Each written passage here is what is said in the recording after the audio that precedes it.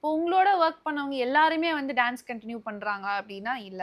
ஆமா, நிறைய பேர் ஆமா, வந்து டான்ஸ்ல இருந்தே வெளில வந்துட்டாங்க. ஆமா. For example Japan Kumar sir வந்துட்டு இங்க சாலிகிராமம் கிட்ட ஒரு ஃபுட் ஷாப் வந்து வச்சிருக்காங்க. ஸோ அப்படி நல்ல ரெகக்னிஷன் கிடைச்ச ஒரு ஆளுக்கு ஏன் சினிமா கை விட்டுருச்சா இல்ல அவங்க சினிமாவை விட்டுட்டு போயிட்டாங்க சார்? ஆக்சுவலா குமார் பார்த்தீங்கன்னா, அவங்க அவங்க பிஸியா இருக்கிற டைம்லயே வந்து அவங்களுக்கு ஒரு ஷூ ஷாப் இருந்தது. ஓகே. அந்த ஷூ பிசினஸ்லாம் பண்ணிட்டு இருந்தாங்க.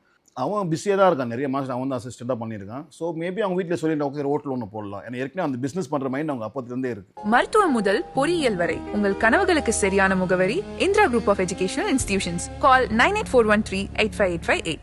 Holidays-nale, adu namma GT Holidays da. GT Holidays, South India's #1 travel brand. You know you are special when you're with GT Holidays.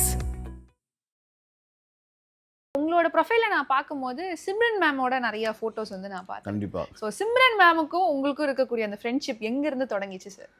அதான் நம்ம ராஜு மாஸ்டர் ஸ்டார்ட் பண்ணாங்களா, அந்த அவங்க கூட அப்போதிருந்து எல்லா படமும் கூட ஆடிட்டு இருக்கோம். பட் இன்னி வரைக்கும் நாங்கள் ஃபேமிலி ஃப்ரெண்டு தான். அப்போ அவங்க கூட மேம் ஒரு ஷோ ஒன்று பண்ணியிருப்பாங்க ஜி தமிழில், டான்ஸ் தமிழில் டான்ஸ். ஸோ அந்த ஷோக்கு வந்து நான் ஒரு மென்டராக இருந்திருப்பேன். ஓகே. பிரகாஷ் மாஸ்டர் வந்து ஒரு ஜட்ஜும் மேம் ஒரு ஜட்ஜாக இருந்தாங்க. நான் ஒரு 4 மென்டர்ஸ், அதில் நான் ஒரு மென்டர் ஒரு பையனுக்கு. அண்ட் அந்த ஷோவில் வந்து என்னோட மென்டர் தான் title winner. Okay. And Prabhudeva master தான் அந்த ஃபைனலில் வந்து இது பண்ணுறாங்க. அவர் தான் செலக்ட் பண்ணி இந்த மாதிரி கொடுத்தாங்க. ஸோ என்னோட மென்டர் தான் அங்கே ஃபைனல். ப்ளஸ் அந்த டைம்லேருந்து இன்னி வரைக்கும் வி ஆர் ஃப்ரெண்ட்ஸ். அண்ட் நான் little close to my family also. So அவங்க வீட்டில் போய் மீட் பண்ணுறது. ஸோ அந்த மாதிரி சிம்ரன் இன்னி வரைக்கும் நல்லா க்ளோஸாக தான் இருப்பேன். அண்ட் சிம்ரன் மேம் பார்த்தீங்கன்னா அவங்க அவ்வளோ பெரிய ஆர்டிஸ்ட் இல்லையா, பட் அந்த மாதிரிலாம் அவங்க காமிச்சிக்க மாட்டாங்க. ரொம்ப ஹம்பிள். அவ்வளோ ஹம்பிள். அவங்களுக்கு வந்து யாராவது கூட இருந்தால் அவங்களுக்கு பிடிக்கும். ஒரு க்ரௌட் வேணும் அவங்களுக்கு. ஸோ எங்களுக்கு நாங்களாம் ரொம்ப க்ளோஸ். எங்கள் ஃபேமிலியும் நல்லா க்ளோஸ் ஆகிட்டாங்க இப்போ அவங்களுக்கு. நாங்கள் அப்பப்போ மீட் பண்ணுறது, மீட் பண்ணிப்போம் அப்பப்போ. ஸோ இப்போ ஒரு மேல் ஆர்டிஸ்ட் ஒரு ஹீரோவோட ஆடுறது அப்படின்றது தனி மாஸ் பெர்ஃபார்மன்ஸ் இருக்கும். ஃபீமேல் ஆர்டிஸ்ட் இப்போ சிம்ரன் மேம் மாதிரி நிறைய ஆர்டிஸ்டோட நீங்கள் ஆடிருப்பீங்களா? உங்களுக்கு அதில் டாப் 3 இந்த ஃபீமேல் ஆர்டிஸ்டோட ஆடும்போது ரொம்பவே நல்லா இருந்தது, ஒரு அவங்களுக்கு ஈக்குவலாக நாங்கள் ஆடணும் அப்படின்றதுல உங்களுக்கு பிடிச்ச ஒரு 3 ஆர்டிஸ்ட் சொல்லுங்கள் சார்.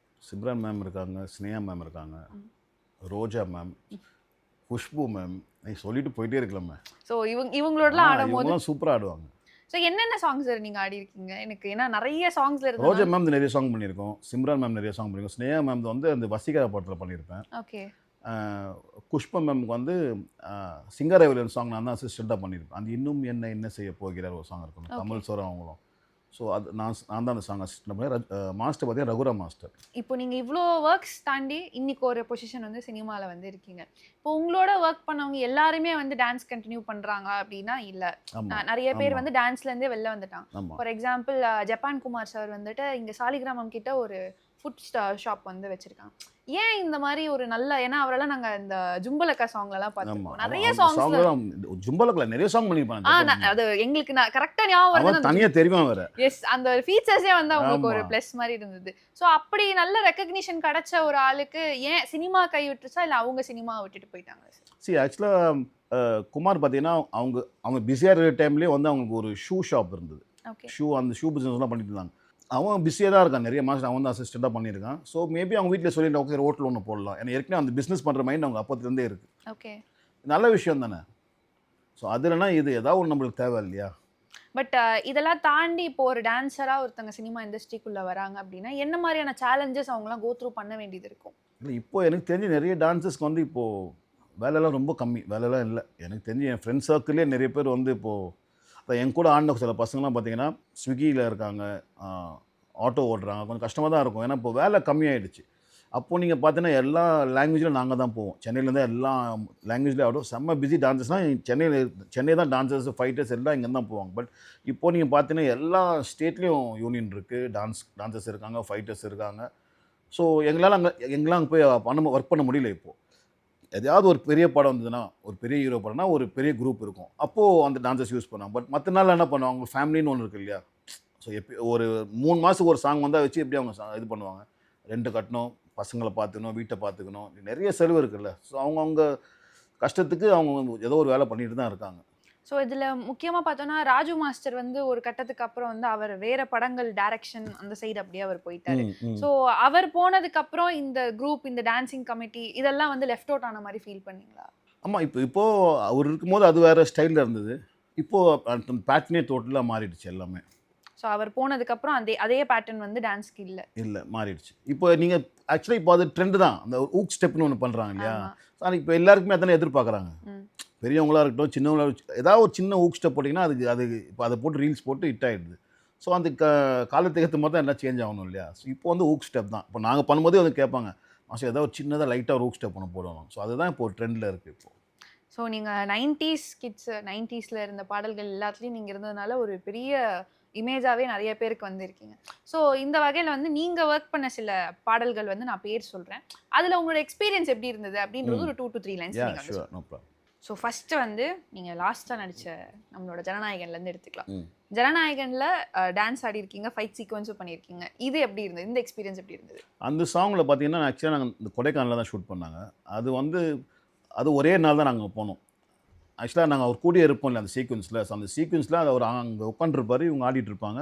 அப்போ நாங்கள் அவர் போய் கூப்பிட்டு வந்து ஒரு சின்ன பிட் தான் ஆடும். அது ரொம்ப ஒரு அந்த பிட் பண்ணும்போது திருப்பி நாங்கள் விஜய் எவ்வளோ படம் ஆடிருப்போம் இல்லையா. ஸோ அந்த ஞாபகம் வந்துருச்சு எங்களுக்கு. ஸோ அது உங்களுக்கே நாஸ்டாலஜிக்கா? ஆமாம், அந்த சின்ன பிட் தான் பண்ணியிருப்போம். இது ஒரு மூமெண்ட் தான் ஒன்று பண்ணியிருப்போம். பட் ஆனால் நாங்கள் அவரோட அப்போது தான் ஆடின பிட் ஞாபகம்லாம் அது ஒரு ரீகவர் ஆன மாதிரி இருந்தது எங்களுக்கு. திருப்பி அவரோட சின்ன பிட் பண்ணார், ஒரு பெரிய விஷயமா இருந்தது, சந்தோஷமாக இருந்தது. ஓகே, நெக்ஸ்ட் வந்து ரமணா படத்தில் ஒரு சோலோ டான்ஸ் பர்ஃபார்மன்ஸ் கொடுத்துருக்கீங்க. ஆமாம், அது ஜான் பாபு மாஸ்டர் தான் கொரியோகிராஃபர். அதில் ஒரு சோலோ ஒன்று பண்ணியிருப்பேன் நான். அது எப்படி சார் ஒரு சோலோ பர்ஃபார்மன்ஸ், அதுவும் கேப்டனோட படம்? கேப்டன் படம் கண்டிப்பாக அந்த மாதிரி படத்தில் நம்மளுக்கு வாய்ப்பு கிடைக்கிறது பெரிய விஷயம் தான். அண்ட் அதில் இல்லாமல் இன்னொரு படத்தில் நான் பண்ணியிருப்பேன், கேப்டன் சார் படத்தில் தவசின்னு ஒரு படத்தில். அதில் ஒரு செம்ம கலா மாஸ்டர், அது சூப்பர் சாங். அந்த ஏழை இமயமலை எங்கே ஒரு சாமி மலைன்னு சொல்லிட்டு அந்த ஒரு கோயிலில் ஒரு சோலோ பண்ணியிருப்பேன் அதில். அது இது வந்து பார்த்தீங்கன்னா ஜான் பாபு மாஸ்டர் பண்ணார். அப்போ எனக்கு கூப்பிட்டாரு. எனக்கு ஜான் பாபு மாஸ்டர் ரொம்ப பிடிக்கும். எனக்கு அவர் ஆடும்போது பார்த்தீங்கன்னா ஒரு மாதிரி ஆடுவார், ஸ்டைல் அவரது செம்மையாக இருக்கும் ஜான் பாபு மாஸ்டர். அவர் எனக்கு ரொம்ப பிடிக்கும். ஸோ அவர் கூப்பிட்டு இந்த சாங் பண்ணுறாருனாரு. ஓகே மாஸ்டர் நான் பண்ணுறேன் மாஸ்டர்னா. அப்போ வந்து ஒரு நைட்டில் தான் அந்த சாங், ஒரு சின்ன பிட்டு தான் அந்த சாங். ஓகே, ஓவர் நைட்டில் நீங்கள் ரெடி பண்ணி முடிச்சிட்டோம். Okay, super. ஸோ அடுத்தது வந்து மின்னலே படத்துலேருந்து அழகிய தீயே. அந்த சாங் மறக்க முடியாத சாங். ஸோ அந்த சாங் பார்த்தீங்கன்னா எல்லாருக்குமே அதை சொன்ன மாதிரி எப்போவுமே ஒரு பிட்டு ஒன்று கொடுத்துருவாரா. அப்போ அந்த நடுவில் ஒரு பேர் பாடி போட்டு ஒரு மூமெண்ட் இருக்கும், வெறும் பேர் பாடியில் ஷார்ட்டான மாஸ்டர் போய் ஷர்ட் கல்ட்டை பண்ணி நில்றாருனாரு. அப்போ கொஞ்சம் ஜிம்லாம் போகும்போது கொஞ்சம் ஃபிசிக் நல்லாயிருக்கும். ஸோ அந்த மாதிரி ஷார்ட்லாம் யூஸ் பண்ணி எங்களை ஆட வச்சிருந்தாரு. அதெல்லாம் மறக்க முடியாத விஷயம். அதெல்லாம் ஹாப்பியாக இருப்போம். ஓகே, ஒரு ஷார்ட் தனியாக நம்ம ஃப்ரேம் இவ்வளோ பெரிய ஸ்க்ரீன் நம்ம தனியாக ஃப்ரண்ட்டில் தான், அது பெரிய விஷயம் தான் ஸ்க்ரீனில் பார்க்குறதுக்கு. ஸோ அந்த டைமில் இந்த பாடி பில்டிங் பண்ணிட்டு இருந்தது உங்களுக்கு ஒரு ப்ளஸ்ஸாகவே அமைஞ்சிருச்சு இல்லை சார்? ஆமாம், ஒரு டான்ஸருக்கு வந்து அந்த பாடி அந்த லுக்ஸ் அப்படி தான் நல்லாயிருக்கும். ஸோ அதை மெயின்டைன் பண்ணுறதும் இப்போ ஹீரோ எந்த அளவுக்கு வந்து எஃபர்ட்ஸ் எடுக்கிறாங்களோ அதே மாதிரி டான்ஸஸும் நீங்கள் எடுத்துக்கணும்ல? கண்டிப்பாக. ஆனால் எங்களுக்கு வந்து அது ரொம்ப கஷ்டம் எங்களுக்கு அது மெயின்டைன் பண்ணுறது. ஏன்னா ஆர்டிஸ்ட்டுக்கு வந்து வேறு. பட் நம்மளுக்கு இப்படி பார்த்தீங்கன்னா ஒரு பாடி பில்டிங் பண்ணால் அது நிறைய செலவு பண்ணணும். பட் நான் பாடி பில்டிங்லாம் பண்ண மாட்டேன். ஜிம்மு ஷூட்டில் இருந்து ஜிம்மு போவோம். இப்போ நம்ம அவுட்டோர் ஷூட்டிங் போகிறோம் இல்லை, அங்கே சும்மா அந்த கிரவுண்ட் ஃப்ளோர் எக்ஸசைஸ் பண்ணுவோம். எல்லாருமே எங்கள் பசங்க எல்லாருமே பண்ணுவாங்க, ஃப்ளோர் எக்ஸசைஸ் பண்ணுவாங்க. சும்மா லைட்டாக அந்த ஃபிட் ஆகிறதுக்கு அவ்வளோதான். ஸோ அந்த ஸ்க்ரீனில் ஆடும்போது அது ஃபிட்டாக தெரியும் காஸ்டியூம் போட்டால்.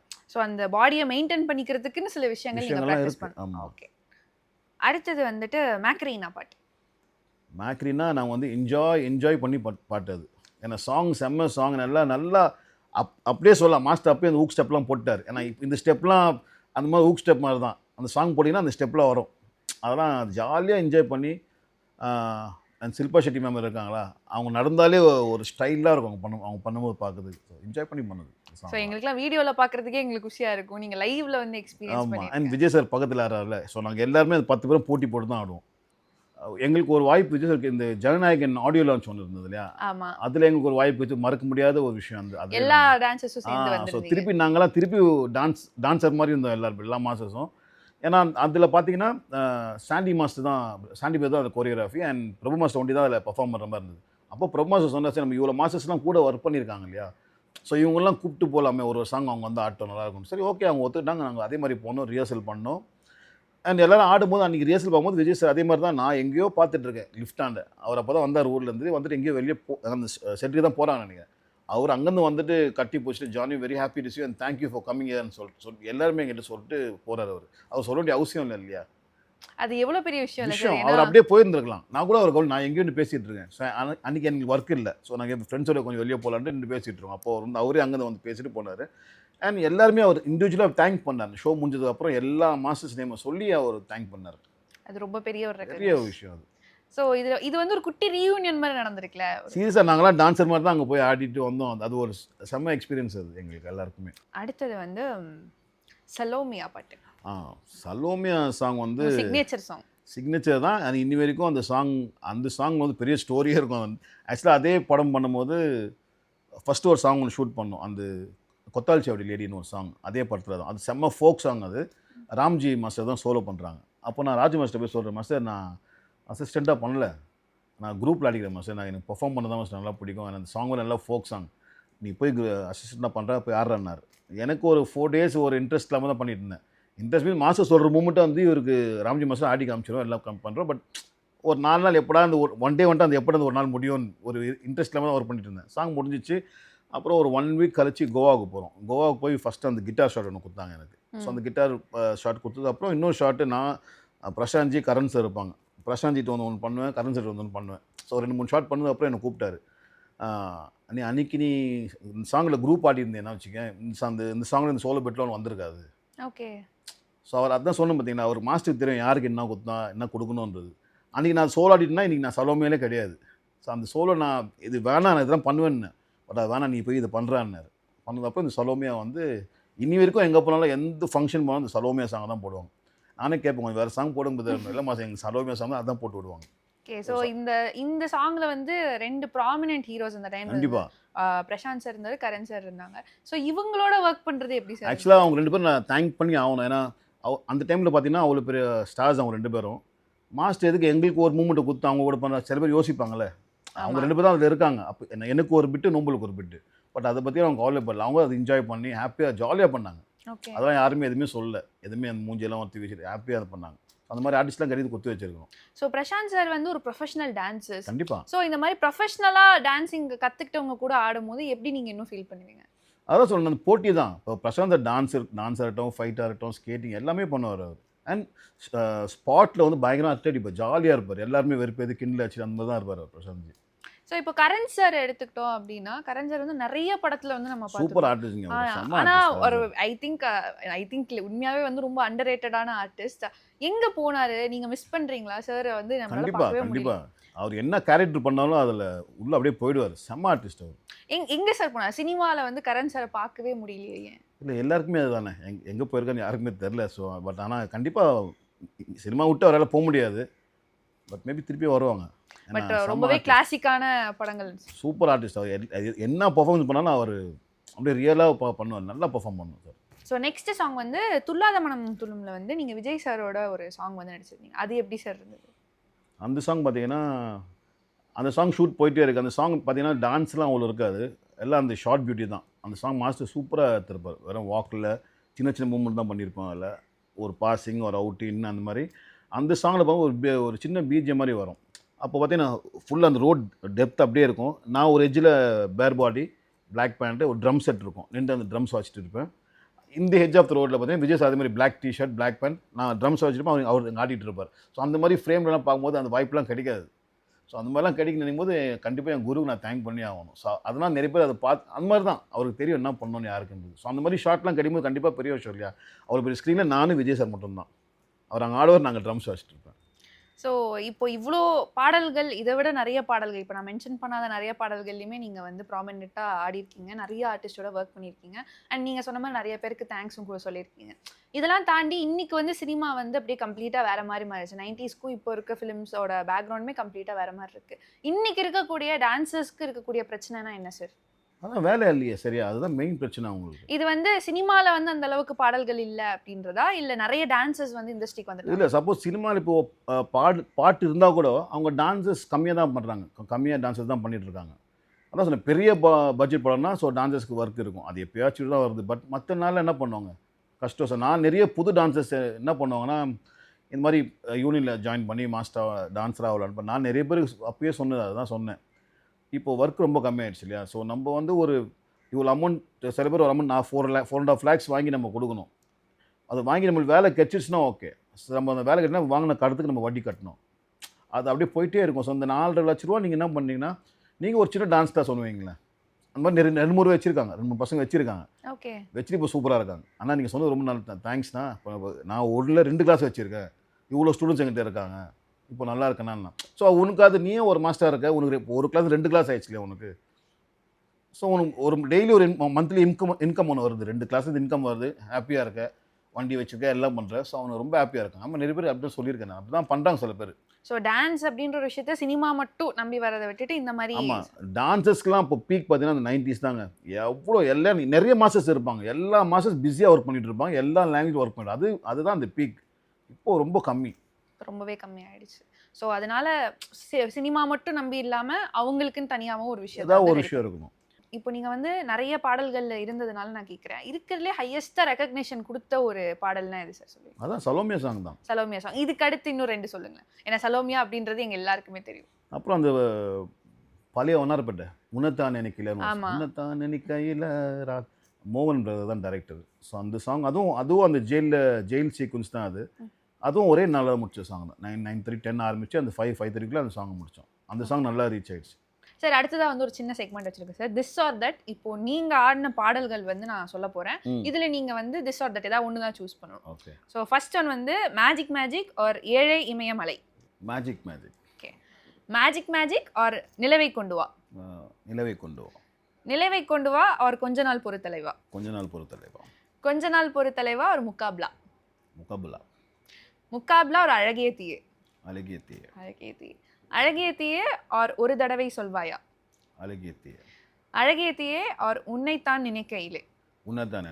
ஓகே. உன்னைத்தான் நினைக்கையிலே ஆர் தங்க நிறத்துக்கு தான் தமிழ்நாட்டை எழுதி தரட்டுமா. ஓகே. உன்னைத்தான் நினைக்கையிலே ஆர் மஸ்தானா. உன்னைத்தான் நினைக்கையிலே ஆர் ரோமியோ ஆட்டம் போட்டால். ரோமியோ ஆட்டம் போட்டால் or Meenakshi or Macarena. Meenakshi. So அதுதான் உங்களோட ஃபேவரட் அப்படின்றத நான் நினைக்கிறேன். நீங்கள் ஏன்னா அதெல்லாம் நிறைய அந்த மீனாட்சி சாங் பார்த்தீங்கன்னா நிறைய அந்த பிட் பண்ணியிருப்பேன். அதில் ஓகே. சின்ன விஷயம்லாம் அதில் போயிருக்கும். ஸோ அதுதான் உங்களோட ஃபேவரட்டான சாங் போல இருக்கு. நீங்கள் ஒர்க் எல்லாமே ஃபேவரட் தான். பட் இப்படி இது ஏதாவது ஒன்று சொல்லணும், மாற்றி சொல்லணும். இது தாண்டியும் நிறைய பாடல்கள் வந்து நீங்கள் இருந்தது. நாங்கள் சிலது மட்டும் சார்ட் அவுட் பண்ணி எடுத்திருந்தோம். ஸோ இப்போது உங்களோட ஒர்க் பண்ண நிறைய டான்சர்ஸ் வந்து இப்போ வெவ்வேறு கேட்டகரிஸில் அவங்களோட லைஃப்பில் ஒர்க் பண்ணிட்டு இருக்காங்க. இப்போ நீங்கள் எப்படி அடுத்து டேரக்ஷனாக இல்லை ஆக்டிங்காக இல்லை டான்ஸர் அப்படியே ப்ரொஃபஷன் கண்டினியூ பண்ண போகிறீங்க? இல்லை, டான்ஸ் வந்து அது கண்டினியூ ஆகிட்டே இருக்கும். ஏன்னா அதுதான் நம்மளுக்கு ப்ரொஃபஷன். பட் இப்போ எனக்கு ஆக்சுவலாக ஆக்டிங் தான் இப்போ ரொம்ப இன்ட்ரெஸ்ட். ஸோ டைரக்ஷன் மாதிரி ஃபஸ்ட் நான் ஆக்டிங் பண்ணி ஒரு ஆக்டராக நான் இன்னும் எனக்கு ப்ரூவ் பண்ணணும். ஸோ அதை நான் ப்ரூவ் பண்ணதுக்கப்புறம் முதல் டைரக்ஷன் பார்ப்போம். ஸோ நீங்கள் லாஸ்ட்டாக ஜனநாயகன் படம் வந்து நடிச்சிருந்தீங்க. ஆமாம். ஸோ ஜனநாயகன் நடிக்கும் போது சார் வந்து சிஎம் ஆயிடுவார் அப்படின்ற ஒரு ஹோப் இருந்ததா உங்களுக்குள்ள?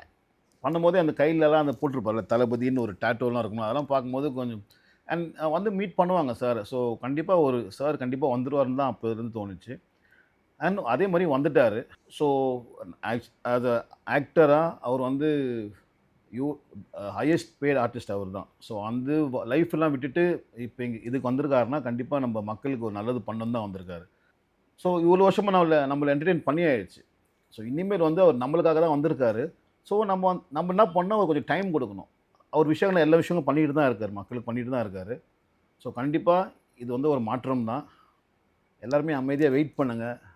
நம்ம விஜய் சார் வந்து நம்ம எல்லாருக்கும் நல்லது பண்ண தான் போகிறாரு. கண்டிப்பாக பண்ணுவார். விஜய் சார் எங்கேயுமே போகல. ஐ திங்க் எல்லா மக்களுக்கு இங்கே தான் இருக்கார். அவர் இஸ் வித்தின் தெம். ஸோ அதனால தான் இன்றைக்கி அவர் வந்து இன்றைக்கி சிஎம்மாக இருக்கார். So I wish Vijay sir all the best sir. இந்த மாதிரி நிறைய பேர் இருக்காங்க சார் அவங்க குறைகளை சொல்கிறதுக்கு. ஸோ அதை கண்டிப்பாக நீங்கள் சொல்கிறவங்களாம் நீங்கள் எல்லா குறைகளையும் தீர்த்து வைக்கணும்னு தெரியும் எல்லாருக்குமே. So happy to have you as a CM sir. நன்றி.